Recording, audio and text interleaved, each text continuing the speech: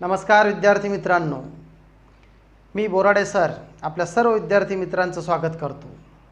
तर बघा, या ठिकाणी आपला अभ्यासक्रमाची मांडणी आणि या सर्व गोष्टींवर चर्चा करण्याअगोदर आपण पहिल्या गोष्टीवर चर्चा करू, ते म्हणजे की आपण हा जो 10वीचा सिलेबस या ठिकाणी शिकणार, तर या सिलेबससाठी आपण 9वीतून 10वीत ज्यावेळेस आलो त्यावेळेस नेमकी आपली वाटचाल काय होती।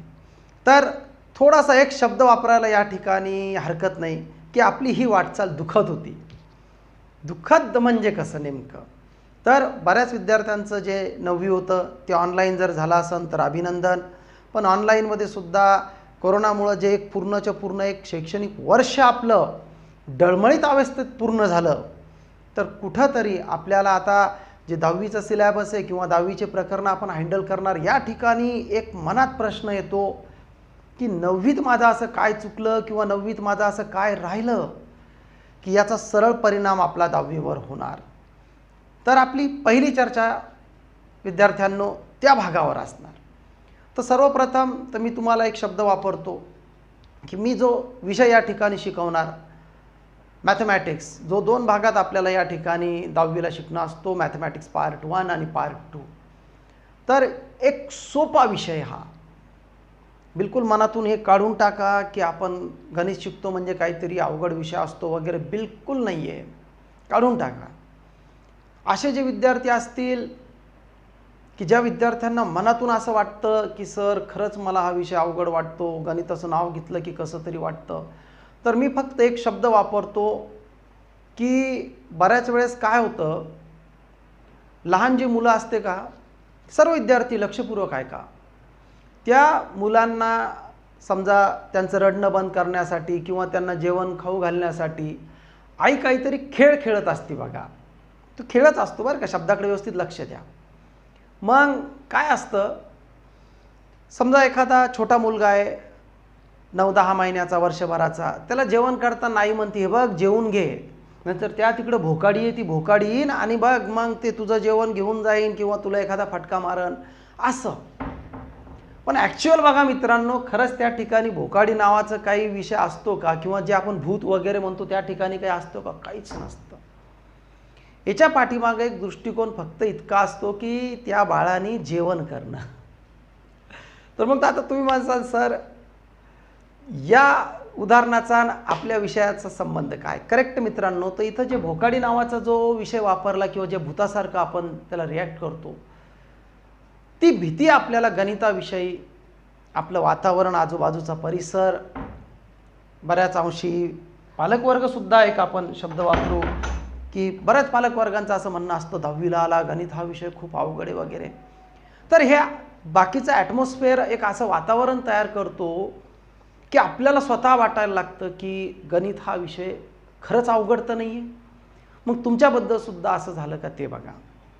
कारण तुम्हाला जर गणितासारखा सोपा विषय जर अवघड वाटत असला तर एक गोष्ट नक्कीच आहे की एक तर तुम्ही त्या विषयाला घाबरता किंवा काहीतरी इतरांचं ऐकून म्हणा, किंवा ज्या विद्यार्थ्याला, ज्या व्यक्तीला तुम्ही हुशार समजता तो गणित या विषयाला अवघड मानतो म्हणून तुम्हालाही तो अवघड वाटतो, असं काहीतरी झालं असं समजा। बरं, आता पहिला शब्द जो मी बोललो की गणितासारख्या सोप्या विषयाला, तर तुमच्या मनात जर हा विषय असला की सर गणित हा विषय सोपा आहे असं आम्हाला तरी पटत नाही, तुम्ही प्रूफ करून द्या, यस, तुमच्या मनातला हा प्रश्न तर नक्की आपण पूर्ण करू। बघा मित्रांनो, एक उदाहरण देतो, समजून घ्यायचा प्रयत्न करा। ह्या उदाहरणासाठी मी 12वीची मदत घेतो। तुम्ही माझं सर तुम्ही क्लासेस सुरू केले 10वीचं, मग बोलता 12वीचं एक एक्झाम्पल म्हणून वापरलं मी।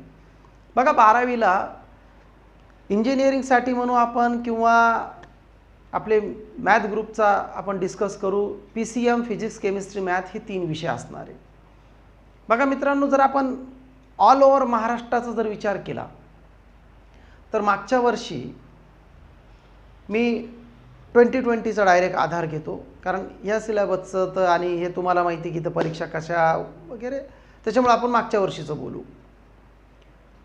तर पूर्ण महाराष्ट्रातून फिजिक्स या विषयात फक्त 3 विद्यार्थी आउट ऑफ मार्काने पास झाले, 100 पैकी 100। त्याच्यानंतर एक काहीतरी 6 विद्यार्थी 7 विद्यार्थी 99 मार्क्स घेऊन पास झाले. बाकी मग जे असतील ते, इतका ग्राफ आपल्याकडे सुद्धा अवेलेबल नाही आहे. केमिस्ट्री या विषयाची हालतसुद्धा अशीच थोडीशीच पतली होती. या विषयात सुद्धा पूर्ण महाराष्ट्रात 100 पैकी 100 मार्क घेणारे फक्त 4च विद्यार्थी होते आणि 99 वाले काहीतरी 13 का 16 विद्यार्थी होते. पूर्ण महाराष्ट्राचा ग्राफ घेतो. पण जर आता विचार केला मित्रांनो गणित या विषयाचा, तर 29 विद्यार्थी मित्रांनो, शब्द आकडा लक्षात घ्या मी काय बोललो. 29 विद्यार्थी, 2 फिगर नंबर आहे, 2 फिगर नंबर आहे. 29 विद्यार्थी हे 100 पैकी 100 मार्क घेणारे होते आणि 116 का 119 या 2 आकड्याच्या मध्ये हे 99 मार्क घेणारे होते. 3 डिजिट नंबर आहे हा. म्हणजे ज्या ठिकाणी फिजिक्स केमिस्ट्रीचा आकडा हा 2 डिजिट सुद्धा पार करत नव्हता आउट ऑफ घेणाऱ्यात, म्हणजे आपल्या विद्यार्थीची संख्या किती होती? खूप जास्त होती. बरं आता विचार करा बरं, मग जर हा विषय खरंच अवघड असता तर इतक्या विद्यार्थ्यांना आउट ऑफ मार्क घेता आले असते का?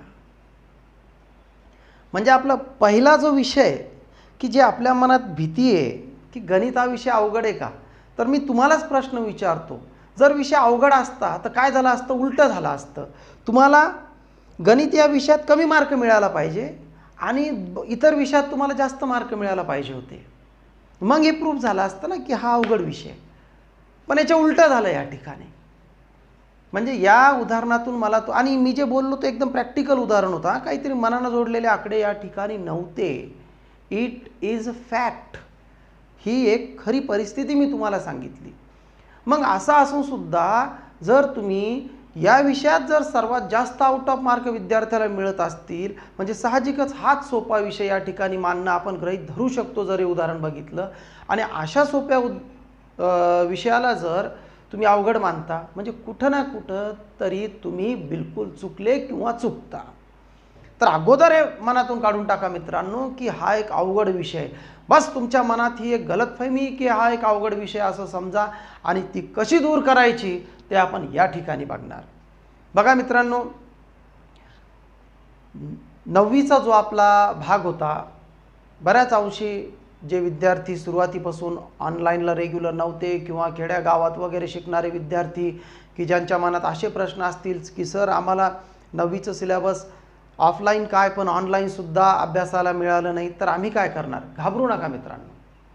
आपण जे काही टॉपिक सुरू करणार त्या टॉपिकच्या अगोदर प्रिव्हियस क्लासेसला मागच्या वर्गात त्याचं काय बेसिक होतं जे तुम्हाला आवश्यक आहे, हे बेसिक आपण सुरुवातीपासून घेणार. जसं मी बोललो की एक सोपा विषय, आणि तो प्रूफसुद्धा करून दिला सोपाच विषय म्हणून. नंतर आपण या विषयात चांगले मार्क कसे मिळवता येतील हे सुद्धा बघितलं. आता मी तुम्हाला सांगतो की आपण एक्झॅक्टली या ठिकाणी कोणता टॉपिक सुरू करणार. त्याच्या अगोदर एक समजून घ्या. बघा, सर्व विद्यार्थ्यांना सांगतो, आपलं जे मॅथमॅटिक्सचं याचं स्ट्रक्चर, याची मांडणी कशी आहे ते अगोदर समजून घ्या. तर आपला हा जो विषय हा 80 मार्कासाठी स्टेट बोर्डसाठी आपल्याला थिअरी असणार. थिअरी म्हणजे आपल्याला परीक्षा हॉलमध्ये 80 मार्काचा पेपर येणार आणि 20 मार्क हे प्रात्यक्षिक म्हणजे प्रॅक्टिकल स्वरूपाचे असणार. मग 80 मार्क हे 2 भागात विभागून या ठिकाणी तुम्हाला 10वीला असणार. ते म्हणजे बीजगणित आणि भूमिती, अल्जेब्रा अँड जॉमेट्री. पार्ट 1 हा जो या ठिकाणी वापरला हा अल्जेब्रिकल भागावर वापरला. या ठिकाणी आपल्याला पार्ट 1 40 मार्कासाठी असणार आणि पार्ट 2 40 मार्कासाठी असणार, हे समजून घ्या. आपण समजा पहिलं टॉपिक जे आहे आपलं मॅथमॅटिक्स पार्ट 1चं 2 variable linear equation. 2 variable linear equation, 2 चलातील रेषीय समीकरण. मग आता याची एक एलिमिनेशन मेथड जी होती ती आपल्याला 9वीला होती, पण आपण ती सुद्धा इथं घेणार. म्हणजे बऱ्याच विद्यार्थ्यांच्या मनात जर हा डाऊट असला की सर जे आमचं 9वीला जे काही नुकसान झालं एज्युकेशनल, तर घाबरू नका, या गोष्टीला विचारात घेऊन आपले क्लासेस, आपला हा जो समोरचा पार्ट आहे हा कंटिन्यू करणार. त्याच्यामुळं पाठीमागं काय बुडालं वगैरे याचा विचार करत बसू नका. बिलकुल पॉझिटिव्ह ॲटिट्यूडनी आता इथून तुम्ही सुरुवात करा की बाबा हा माणूस आपल्याला गणित हा विषय त्या पद्धतीने कसा शिकता येईल की आपल्याला पूर्ण मार्क मिळवता येतील हे व्यवस्थित समजून सांगणार. ठीक आहे. तर बघा मित्रांनो, ज्या विद्यार्थ्याच्या मनात असे डाऊट असतील, बघा पहिला मुद्दा तुमचा क्लिअर झाला की 9वी वर्गात जर काही भाग तुमचा क्लिअर झालाही नसेल तरीसुद्धा आता आपला या ठिकाणी तो क्लिअर होऊन आपण कंटिन्यू करणार. आणि प्रत्येक टॉपिक सुरू करताना त्या टॉपिकसाठी काय बेसिक आवश्यक आहे हे बेसिक विचारात घेऊन ते बेसिक शिकून नंतरच आपण ते टॉपिक सुरू करणार. हा होता आपला पहिला मुद्दा.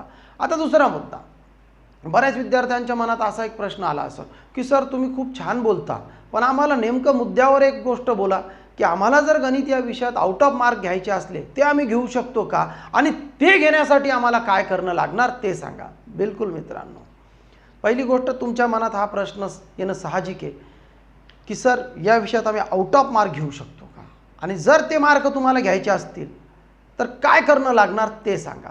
तर आता आपल्याला जर आउट ऑफ मार्क घ्यायचे असले तर आपण काय केलं पाहिजे ते थोडक्यात सांगतो आणि नंतर आपण आपल्या डायरेक्ट प्रकरणाला म्हणजेच अभ्यासक्रमाला सुरुवात करू.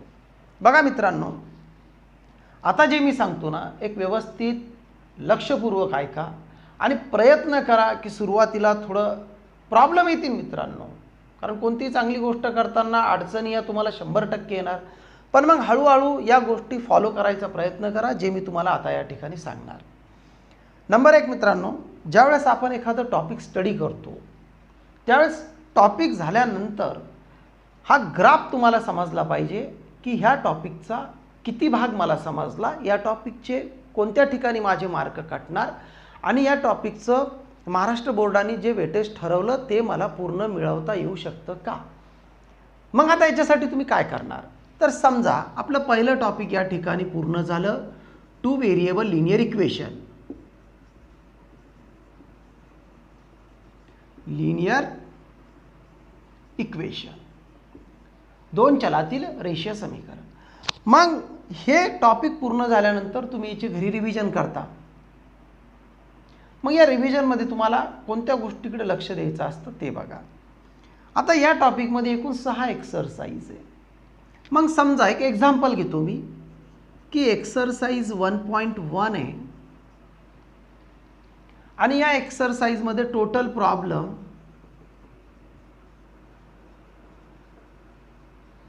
एक अंदाजन आपण आकडा मनाने घेऊ की समजा एक टोटल प्रॉब्लेम या एक्सरसाइजमध्ये 10 आहे आणि हे 10 प्रॉब्लेम सोडवल्यानंतर तुमच्या असं लक्षात आलं की बाबा एक 10 पैकी 2 असे प्रॉब्लेम आहे की ते तुम्हाला अवघड वाटायले, डेंजरस प्रॉब्लेम. ठीक आहे. तर हे डेंजर प्रॉब्लेम जे आहे का ते तुम्ही वेगळ्या पद्धतीनं लिहून घेतले किंवा त्याची जी नोंद आहे का ती वेगळ्या स्वरूपात करून घेतली. काही नसतं, आपलं ज्या विषयाचं रजिस्टर आहे त्याच्या बॅक साईडला सुद्धा तुम्ही लिहू शकता किंवा म्हणजे त्याची एक नोंद करा, एवढंच मला म्हणणं होतं. त्याच्यानंतर तुम्ही सेकंड एक्सरसाइज सॉल्व करता. सेकंड एक्सरसाइजमध्ये समजा एक अंदाजन 6 प्रॉब्लेम आपल्याला जर त्या एक्सरसाइजमध्ये असतील, छोट्या छोट्या एक्सरसाइज आहे या, आणि 6 पैकी पुन्हा काय झालं, पुन्हा तुम्हाला एक अंदाजन 2 प्रॉब्लेम असे आहे की खूप अवघड वाटायले की तुम्ही त्याची म्हणजे तुम्हाला असं वाटतं की या 2 प्रश्नापैकी जर परीक्षेत काही विचारलं तर आपले मार्क कमी होऊ शकतील. तर पुन्हा ते 2 प्रॉब्लेम तुम्ही व्यवस्थित वेगळे लिहून घ्या. असंच करत करत तुम्ही थर्ड एक्सरसाइज स्टडी करता. थर्ड एक्सरसाइजमध्ये तुम्हाला समजतं की एक 12 प्रॉब्लेमचा या ठिकाणी भाग आहे असं आपण कन्सिडर करतो, एक एक्झाम्पल मानलं. आणि या 12 प्रॉब्लेमपैकी 3 असे प्रश्न आहे की पुन्हा तुम्हाला थोडे कन्फ्यूज करायले. असं करत करत समजा आपण एक्सरसाइज 5 पूर्ण केली, 4 पूर्ण केली आणि एक असं मानून चला मित्रांनो की या जे डेंजरस प्रॉब्लेम होते त्याचा नंबर ऑफ प्रॉब्लेम हे 20 झाले. 20 प्रॉब्लेम झाले. बरं 20 हा आकडा आपल्याला जास्त वाटतो, मी थोडं कमी करतो कारण इतकं खूप कमी प्रॉब्लेम आहे आपल्याला पहिल्या टॉपिकमध्ये, म्हणून आकडा थोडा लहान घेतो की एक अंदाजन असं म्हणू आपण की एक 15 प्रॉब्लेम असे की या पूर्ण टॉपिकमध्ये तुम्हाला अवघड वाटायले की या 15 प्रश्नातून जर एखादा प्रश्न तुम्हाला परीक्षेत विचारला तर तुमचा मार्क कटू शकतो. कारण तुम्हाला माहिती आहे की प्रॅक्टिस करताना 10 प्रॉब्लेम होते, 8 प्रॉब्लेम तुम्हाला व्यवस्थित जमले, पण हे जे 2 होते का हेच तुम्हाला अडचणीत आणत होते. तुम्ही पुन्हा पुन्हा प्रयत्न केला पण अवघड वाटायले. आता लक्षपूर्वक ऐका मित्रांनो, मी काय सांगतो बघा. तुमचा मार्क त्या ठिकाणी कधीच कटत नसतो जे तुम्हाला येतं. तुमचा मार्क त्या ठिकाणी कटत असतो जे तुम्हाला येत नाही किंवा ज्या ठिकाणी तुम्हाला अडचण आहे. त्याच्यामुळं हे जे आपण केलं का, या ठिकाणी तुम्हाला स्वतः हे समजलं की या टॉपिकचा कोणता भाग तुम्हाला अवघड वाटतो, म्हणजे तुम्हाला काय जमणार नाही. तर अगोदर ह्या गोष्टीला समजून घ्या की तुम्हाला काय येतं, याच्यापेक्षा तुम्हाला काय येत नाही आणि कोणत्या ठिकाणी तुमचा मार्क कमी होऊ शकतो हे तुम्हाला माहीत झालं पाहिजे. म्हणजे आता तुम्हाला समजतं की समजा या टॉपिकचं वेटेज जर स्टेट बोर्डसाठी 12 मार्काचं असलं तर 12 पैकी 12 मार्क मिळवण्यासाठी तुम्हाला जर अडचण निर्माण करतील तर हे 15 प्रॉब्लेम करतील. म्हणजे तुम्हाला समजलं की आता मला या 15 प्रॉब्लेमला पुन्हा एकदा रिव्हिजन देऊन पुन्हा समजून घेऊन कसं तरी करून या 15चा आकडा मला 0 करणं आहे, 0. आणि ज्या दिवशी तुम्ही हे 15 प्रॉब्लेम व्यवस्थित समजून घेसाल आणि हा आकडा 0 करसाल, त्या दिवशी तुम्हाला एक आतून असा आवाज येतो की आता या टॉपिकमध्ये मी 12 पैकी 12 मार्क घेणार. कारण हे 100% टॉपिक मला जमतं आणि या टॉपिकमध्ये एकही उदाहरण असं नाही आहे की जे मी सॉल्व करू शकत नाही. मग जर एक सुद्धा उदाहरण असं असलं या टॉपिकचं जे तुम्ही सॉल्व करू शकत नाही तर तुमचा मार्क कटणार कुठं? ठीक आहे. तर अशा पद्धतीनं आपण एका टॉपिकला पूर्ण करणार. बघा मित्रांनो, थोड्या अडचणी येऊ शकतील, थोडं हे 100% फॉलो करायला अवघड वाटू शकतं सुरुवातीला, पण एकदा तुम्हाला याची सवय लागली ना तर तुमचाच इंटरेस्ट वाढतो की मी एकही उदाहरण सोडणार नाही, एकही उदाहरण असं सोडणार नाही की जे मला जमत नाही. जे उदाहरण मला जमत नसलं मी त्याला बाजूला लिहून घेणार, आमचे जे संबंधित शिक्षक आहे त्याला विचारणार किंवा आपण इथं चर्चा करू. या ठिकाणी आपण त्या प्रॉब्लेमवर वेगळी डिस्कस करू जे थोडे हॉट टाईपचे प्रॉब्लेम आहे. हॉट म्हणजे इथं मला अर्थ घ्यायचा होता की खूप जास्त अवघड लेवलचे प्रॉब्लेम, त्या प्रॉब्लेमवर आपण पुन्हा रिव्हिजन करू किंवा त्याला आपण पुन्हा समजून सांगू आणि 100% टॉपिक तुमचं पूर्ण करून देण्याचा प्रयत्न करू की जेणेकरून आपला एक सुद्धा मार्क कटणार नाही असं तुम्हाला वाटणार. ठीक आहे मित्रांनो. तर हे होतं की गणितात पूर्ण मार्क मिळवण्यासाठी आपल्या अभ्यासाची पद्धत काय असली पाहिजे या विषयावरचं डिस्कस. आणि मला तरी वाटतं की बऱ्याच अंशी तुम्हाला हे समजलं सुद्धा असेल आणि मनाला पटलं सुद्धा असेल. तर या ठिकाणी मी फक्त सध्याच तुम्हाला हे जे स्ट्रक्चर आहे हे फॉलो तुम्ही करा एवढंच सांगू शकतो आणि त्याच्यासाठी मी तुम्हाला बेस्ट ऑफ लक देऊ शकतो.